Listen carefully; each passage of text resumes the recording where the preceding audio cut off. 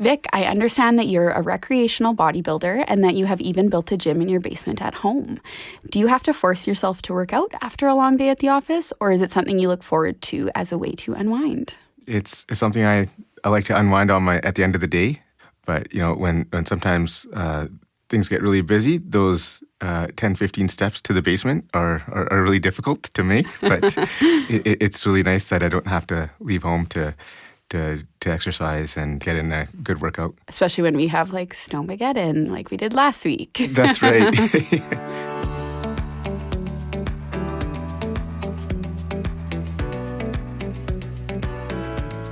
Welcome. This is Uncommon Sense, a CPA podcast presented by the Heshi's CPA Knowledge Center. The center is an initiative of the CPA Education Foundation, the charitable arm of the Chartered Professional Accountant profession in Alberta. For the record, this CPA podcast isn't about bean counting.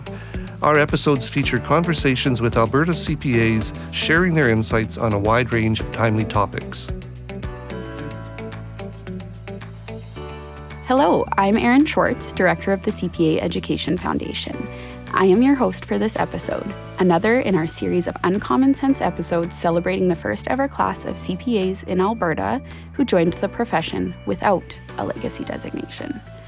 As a reminder, back in 2015, 10 years ago now, the unification of the 3 previous accounting designations into a single regulated accounting profession in Alberta was officially completed with the proclamation of the Chartered Professional Accountants Act in July of that year.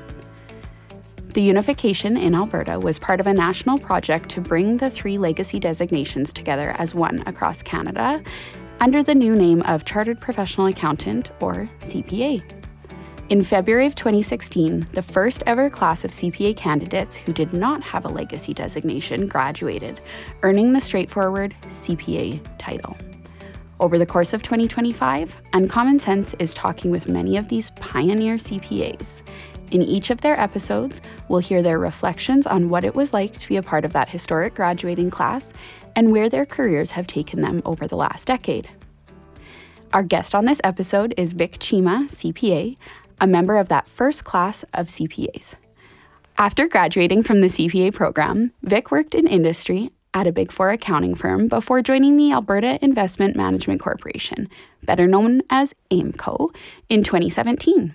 He has held a few different positions at AIMCo and now serves as Senior Manager, Private Investment Valuations. As his job title might suggest, Vic is a seasoned business valuator, and he holds a Chartered Business Valuator certification, as well as his CPA.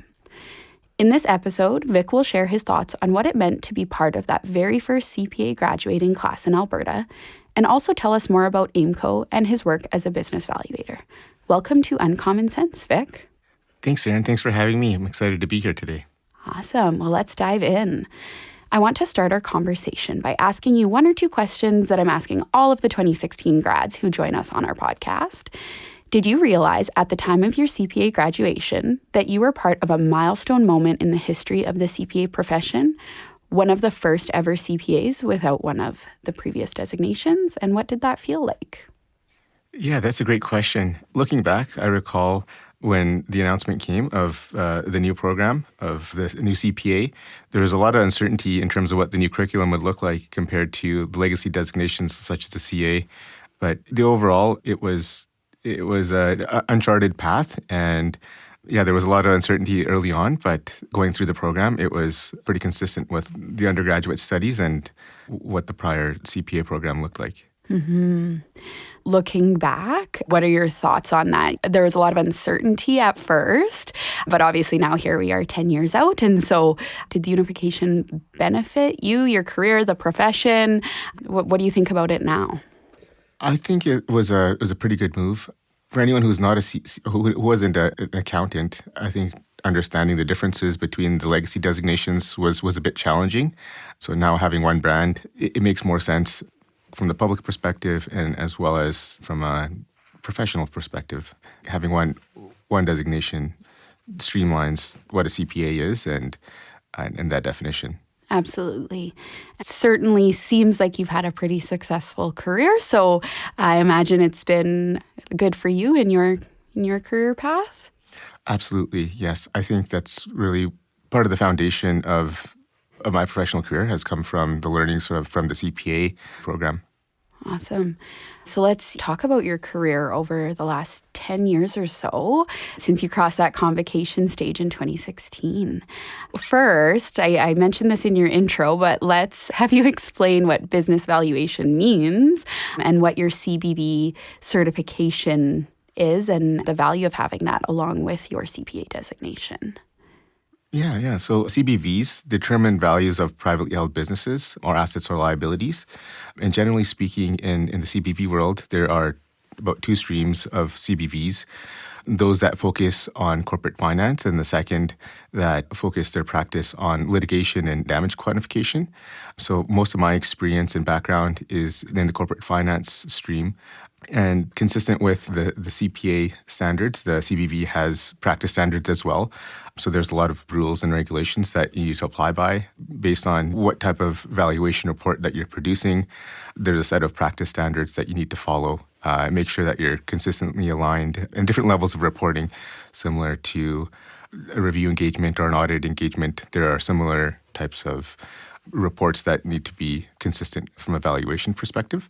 So yeah, that's really the world of valuations at a high level. In terms of the CBV and the CPA, there can be quite a bit of overlap. I know a lot of CBVs are CPAs as well. So in addition to abiding by the CBV institutional practice standards, we also need to be mindful of IFRS and what fair value reporting means from an accounting perspective.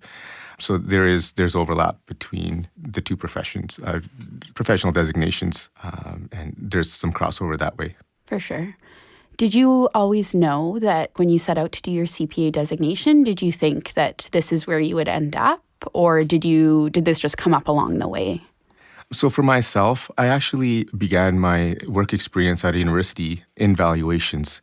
So I started the CBV designation and as a professional, working through that program and completing it, I came back to do my CPA designation after the fact. So it's not a traditional route. Most people go out and complete their CPA after graduating. I did it in reverse order. Yeah. Okay, cool. Yeah. Do you feel like that was the easier way of doing it or the harder way of doing it? From what you can tell. Yeah, I don't know if it's easier or harder. I think completing the CPA fresh out of school is probably more advantageous, given that tax rules change. There's a lot of rules that change. So understanding those differences, if you step away from take any time off between your undergrad and enrolling in CPA, there might be a little bit of catch-up that you need to do, which is at least certainly my case. I had to do a little bit of a refresh. Yeah. So did you consider any other designations? I'm curious. I get a lot of people asking me about CPA or CFA is a really common question I get from university students who are maybe looking to do a career path similar to what you've done. So what was that decision making like for you? Yeah, for myself, maybe I'll just step back. I'll just maybe go back and describe why the CPA made sense for me. So once I completed my CBV designation, I had a pretty good understanding of how interested really in terms of carrying on my career as a CBV and having a deeper understanding of some of the more accounting side of things and in terms of the accounting standards and have a better understanding of how financial statements are built up. I thought that it would be more beneficial for me to go back and complete my CPA designation and get a more broad sense of that accounting background. So, I think as a CPA, CPAs work in all sorts of industries. Their experience can range from really anything you can think of. So in terms of opportunity, pursuing the CPA, I thought would provide me a lot of opportunity to see different industries and gain different experiences. And it certainly has been that way for me. So that was really why I focused to go back and do my CPA. Thanks for sharing.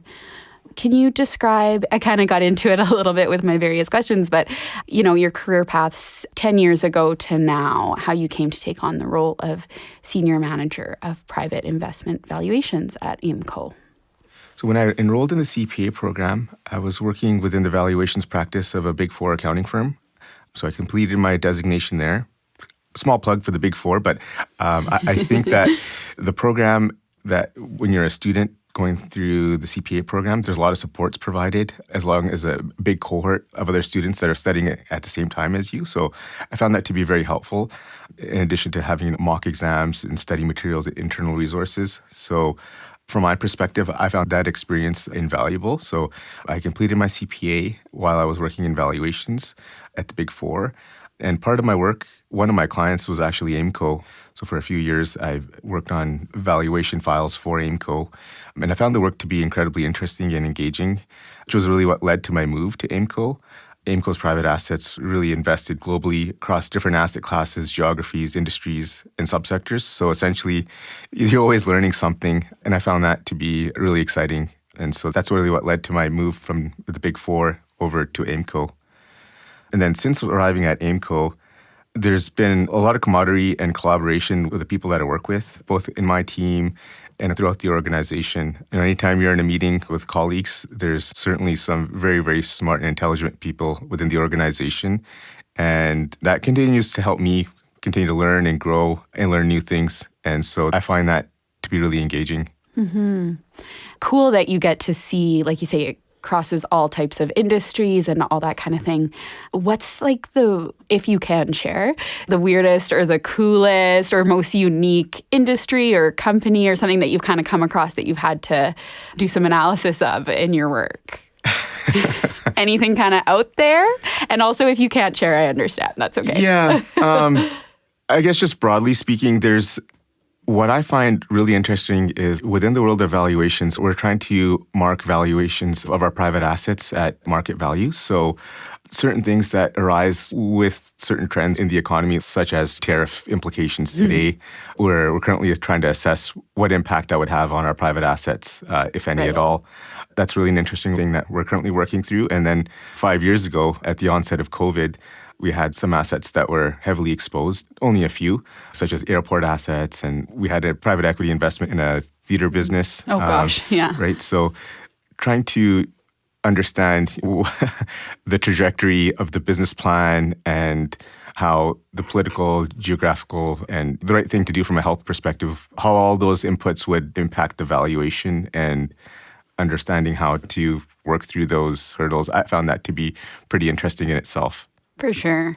Yeah, I guess thinking you joined in 2017. So between 2017 and now, current events and the geopolitical environment and inflation and all the various things we've been living through, that all of us experience in some way, shape, or form. For you have that other lens. You are looking at all of that and trying to figure out, okay, how does that impact the valuation? Probably been pretty chaotic at times, I bet. That's right. Yeah, we've got a very busy team. Yeah. That tries to stay on top of these trends and monitor what's happening within the portfolios. For sure. So AIMCo is obviously a very important organization to all Albertans, and it manages billions of public dollars. But maybe we've talked a bit about some of this, but let's take a step back and just explain what is AIMCo, what's its mandate, and what does the organization do? Okay, yeah, that's great. So AIMCo is Alberta's investment manager. Currently manages over 175 billion in assets for multiple pensions, over 24 clients that we serve. So that includes different pension plans, endowments, and government funds. So Alberta Teachers, as an example, local authority pension, management employees pension plan, the Alberta Heritage Fund is one that a lot of people have heard of. Those are examples of a few of our clients that we serve. And so AIMCo, what they do is we globally invest on behalf of our clients to deliver superior risk-adjusted returns as defined by their investment policies and targets set by each client. And in turn, AIMCo's mission statement is to help clients secure a better financial future for the Albertans that they serve. That's really, at a high level, what AIMCo is and what we do. Okay. Cool. And I mean, you're specifically in private investment valuations. What does that mean? What is, what do you do? What are your primary responsibilities, or what does a day in the life of Vic look like? Yeah, so just to kind of define, private assets, so it's anything that's not publicly traded, doesn't have any observable inputs. So for myself, I primarily cover the private assets in our infrastructure and private equity portfolios, the valuation of those. And so we have a quarterly process where we monitor all the private assets to see any change in performance, movements in market comps, and really just to stay on top of the fair value for each of the private assets. As you know, we have multiple clients, and for the stakeholders, it's really important that making sure that the fair value is recorded correctly and efficiently and on time. And so that really is the responsibility of our valuations team, to track that information and make sure that if we see movements in valuation or performance, that we're adjusting the fair values accordingly. Right. So kind of doing that analysis and coming up with the valuation is the main thing that you and your team are doing. That's right. Yes. So are you then making decisions based on that information, or is that a different group that takes a look at, maybe what you should be acquiring or what assets need to be let go, that kind of thing?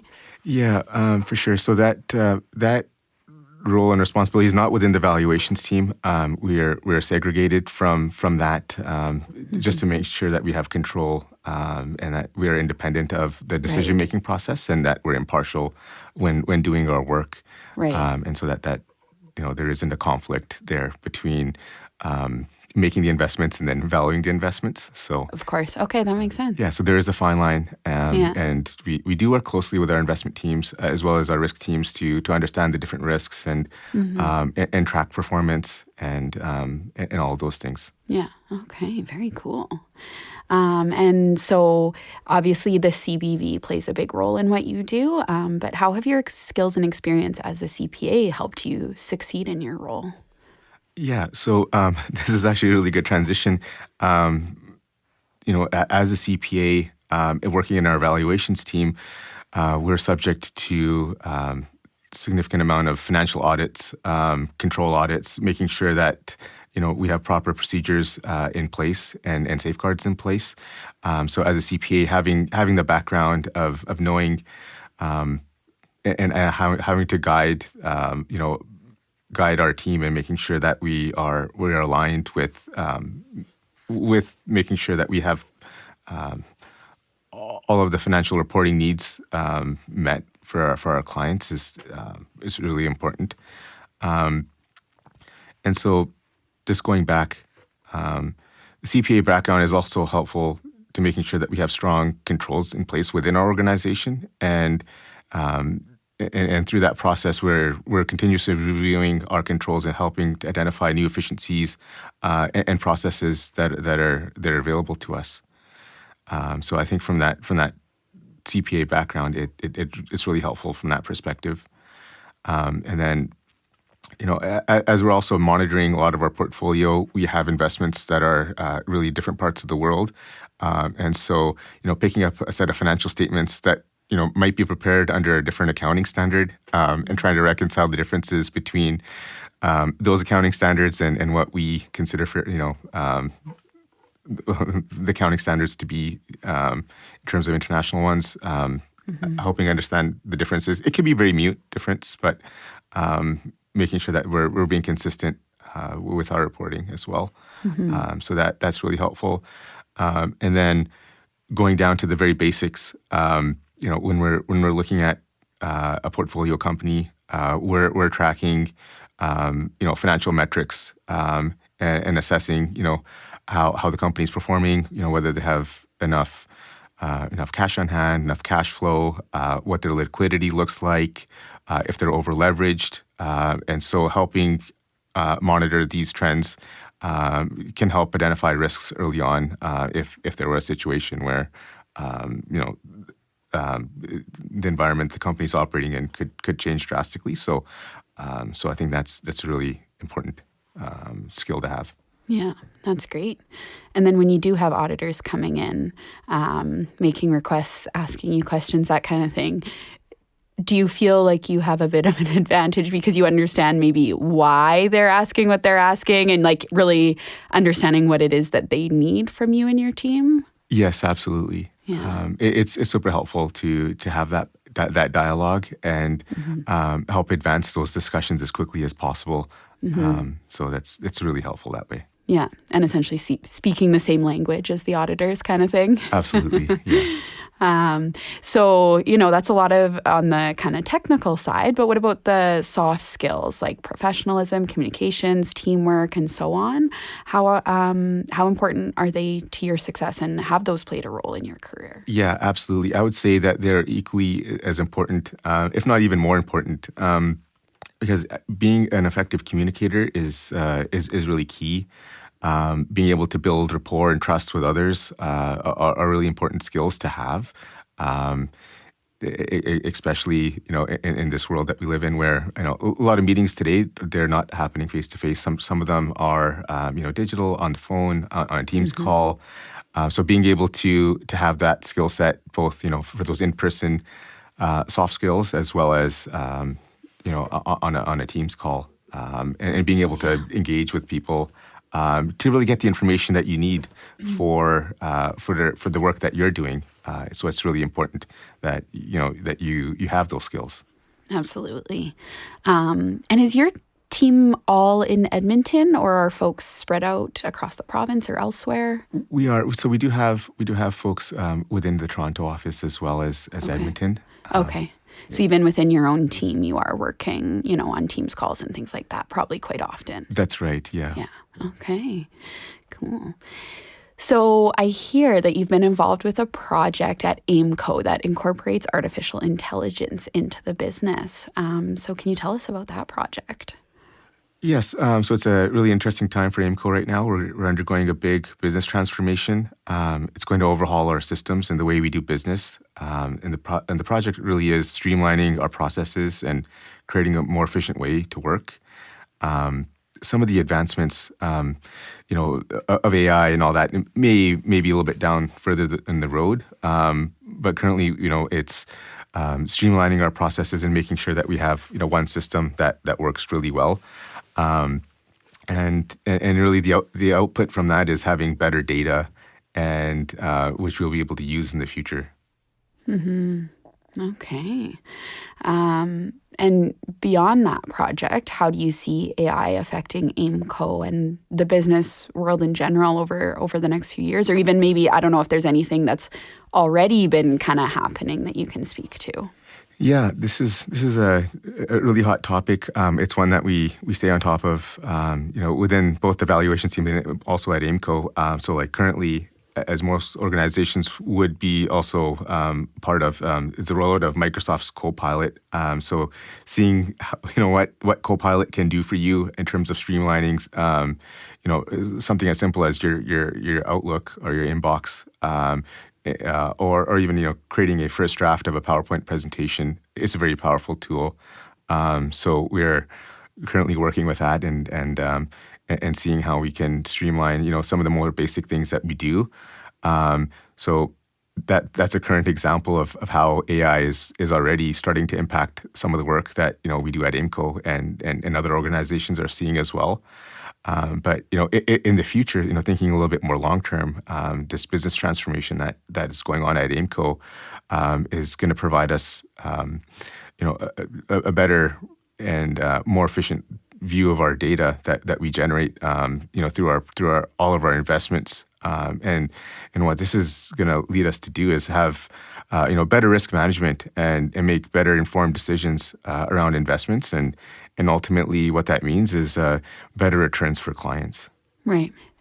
Do you see AI as being able to take over what you do, like your job and the value you provide? And I know this is probably something you've been asked before, but it's something people always ask when we're talking about this stuff. It's we're exploring and seeing what information and what some of the new software and data looks like out in the marketplace. But currently we're still doing our work in Excel. So we are tracking the evolution of that advancement. But as of now, we're still currently working in Excel.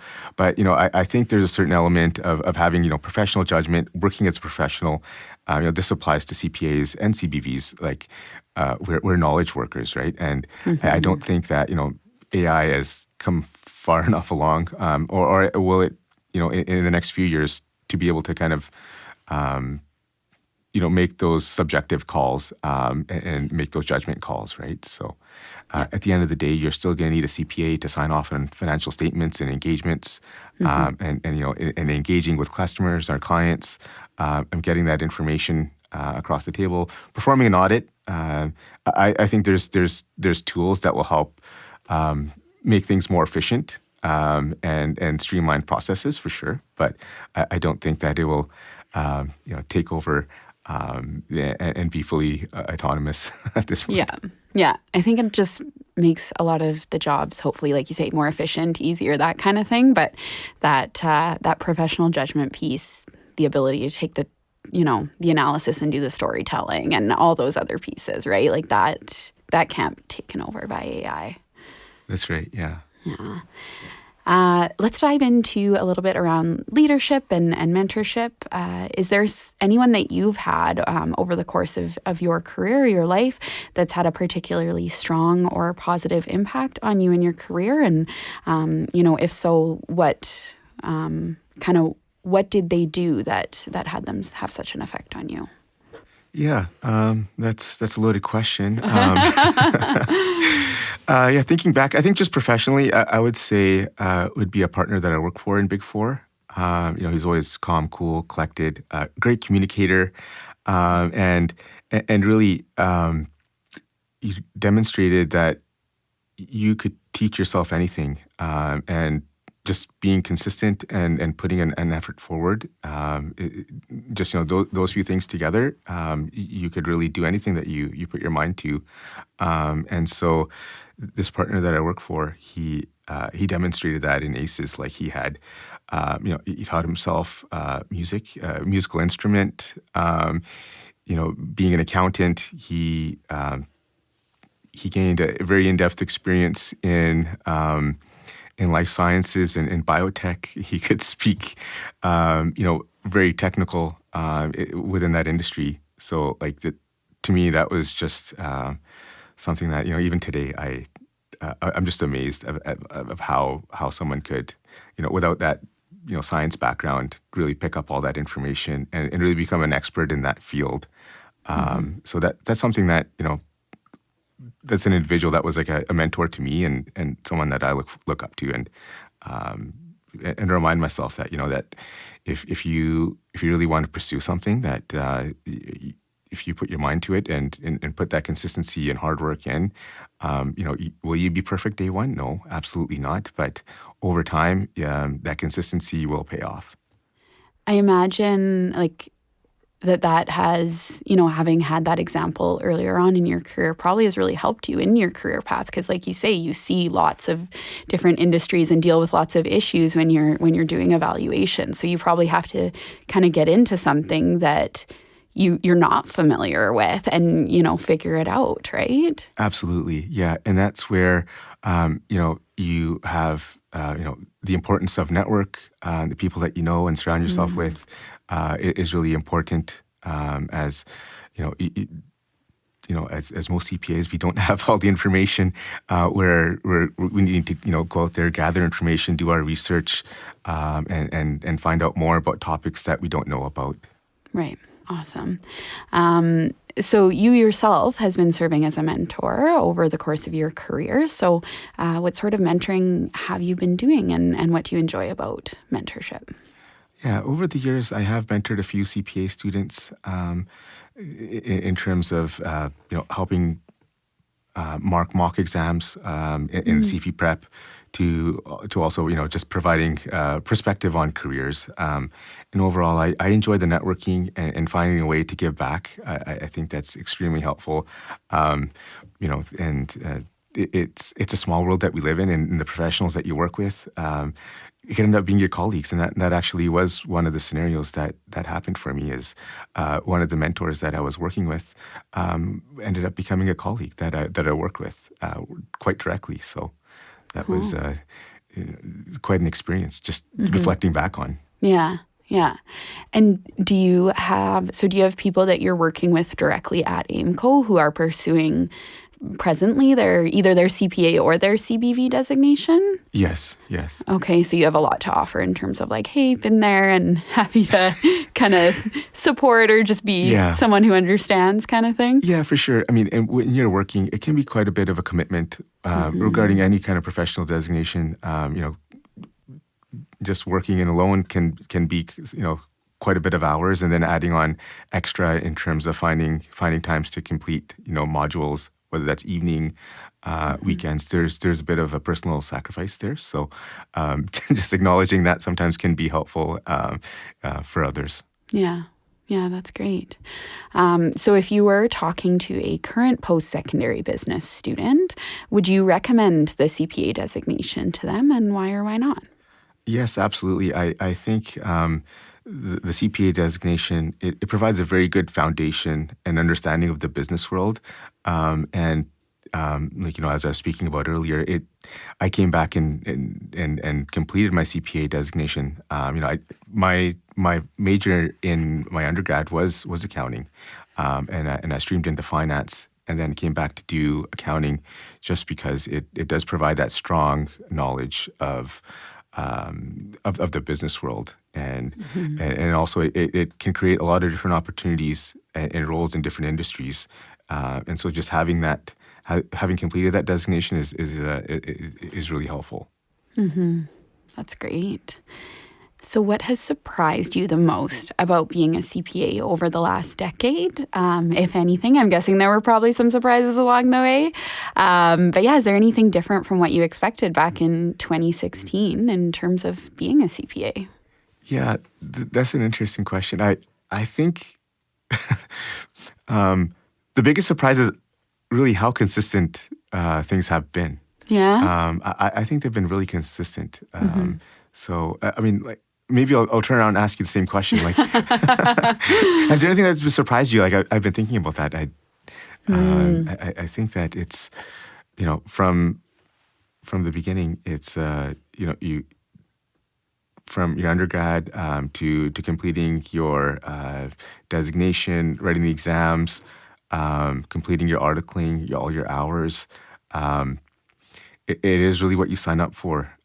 Yeah, I mean, for me, I think I go back to, like you were talking about, how it's a really good foundation for things, and you can kind of take it in so many different directions. And for me, I like to say I'm a CPA who's not an accountant, because I don't do accounting, and I haven't in years. I got my designation and then was like, oh, I don't want to be an auditor. And so I've been in a few different roles, kind of trying to figure things out along the way. And in every role, my CPA has been essential in my success. But it's not something I ever would have thought I would be doing, I guess. So it's not surprising in the sense that I think I knew at the time that, like, okay, this is good for your career, right? It opens doors or that type of thing. But it is surprising in the sense that, like, oh, like, you could do this, you can do that, you can, and so, yeah, I think that's probably it for me. And also I think just that self-discovery of figuring out what I want and being like, oh, I don't want to be an auditor. Yeah. Shoot. One thing I will say that is surprising, now that I think of it, is, some of the learnings that you do, like, this is like 10 years ago, right? Like, the last time I practiced any tax was 10 years ago. Yeah. But how quickly that knowledge comes back to you, like, it's ingrained, right? Like, when you once have to get back into it. Yeah. Although I will say sometimes, maybe it's someone asks you a question or, something like that, and then you start talking, then you're like, we should double check this, because like you said, I think right at the beginning of our discussion is like, these, like, tax rules especially change, right? So it's like, oh yeah, and you just get tossed right back into, writing cases and doing an analysis around something or whatever, and then being like, okay, I do remember all that, but let's double check and make sure the underlying rules haven't changed, just in case. Yeah. Yeah, absolutely. Yeah. So one last question. It's just happened to come up, or I've had to ask all of our class of 2016 podcast guests about that famous CPA commercial, from back in the early days of unification. So, the one in the CPA, showing the CPA in the helicopter. So even a decade later, we remember that. So what are your thoughts on that commercial? And have you been in a helicopter as part of your work? Yeah. I remember that commercial. I think a lot of CPAs had a good laugh over that, as it's far from your typical day of being a CPA. But I actually did have an opportunity to go on a helicopter ride for an engagement that I worked on. It was for a client who had operations in a remote area in northern Alberta. Okay. And essentially got to go on a helicopter ride to tour their operations. So there you go. I got to check the box on my bucket list. But it wasn't an experience that it wasn't as pleasant as I was looking forward to. Oh no! It was a very windy day and a lot of turbulence. Being in a small helicopter, it felt like at times you would just drop like 10 feet. Oh gosh. And, it was horrific. Oh gosh, I'm sorry it wasn't more glamorous. Yeah, at the same time I was like, I should take my phone out to maybe videotape this, but I'm like, no, I'm just gonna, keep my hands free in case I need to hold something. Oh man, was that in your time at a firm, or was that? Yeah, that was at a firm. Okay, all right. So we're discovering as much as we maybe laughed about that commercial a little bit. It actually, I guess, wasn't completely unreasonable of an expectation. Yeah, for sure. Wow. Well, I mean, I'm glad it wasn't all that far-fetched, but again, sorry to hear it wasn't a more enjoyable experience, I guess. But yeah, I think we're at about time here, so that's a good spot to end our discussion. But thanks, Vic, for being here today and for being such a great guest. I've really appreciated learning a little bit more about AIMCo and the valuations side of the world, as well as just, you and your career path. Congratulations on your success as a CPA and CBB so far, and best wishes for continued success wherever your career may take you. Yeah, great. Thanks for having me, Aaron. Really enjoyed this time here together with us. The Uncommon Sense podcast is presented by the CPA Education Foundation and funded by the Heshe CPA Knowledge Center. The Knowledge Center was created through a generous donation to the CPA Education Foundation by the late Brian Heshe. Brian was a distinguished Albertan, business leader, CPA, educator, and community builder. His generosity and commitment to education underpinned his good works across Alberta throughout his lifetime. We would like to acknowledge that the CPA Education Foundation offices are situated on the traditional Treaty 6 and Treaty 7 territories and Métis Nation homeland. The Foundation acknowledges that we reside on traditional and ancestral territories of many Indigenous, First Nations, Métis, and Inuit peoples. Their histories and culture influence our community to this day. The CPA Education Foundation is committed to helping build a province where Indigenous people and their voices and experiences are heard, valued, respected, and celebrated. Technical and recording services for this podcast provided by Wolf Willow Studios in Edmonton.